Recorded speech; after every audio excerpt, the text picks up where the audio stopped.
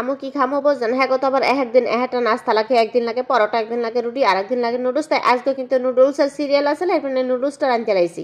মুনিয়া ফাত তো বোঝেন এই রুমে টমেটো সস ছাড়া নুডলস গলাতে নামে না। এরপর আসেন করে ডক হয়ে গেলা শেষ হয়ে যাইয়ে দেহি হাগের দোকানে এত ভিড়, ওরে মোর আল্লাহ, সব মাতারিরে হাগের দোকানে আইয়ে ভিড় জমাইছে। কেমন কি এককালে আটকে গেছে জায়গা মতো গরুর মাংস খাইয়া যায়। পরে আস্তে আস্তে রোহন আর পেঁয়াজ কাটতে দিয়ে কিন্তু আমি গরুর মাংস রান্না বইয়ে দিছি।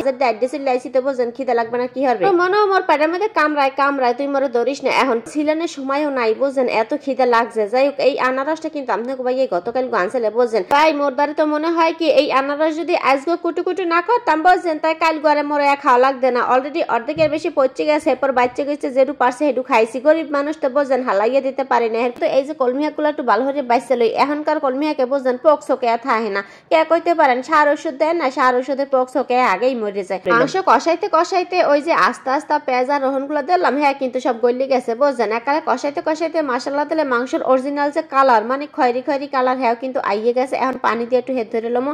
আর ওদিকে ওই যে কলমিকা বাজি করে লাস্টে বাগারটাও দিয়ে হেলাইছি। আজকে খাওন কিন্তু এই দিয়েই খাইছিলাম বোঝেন।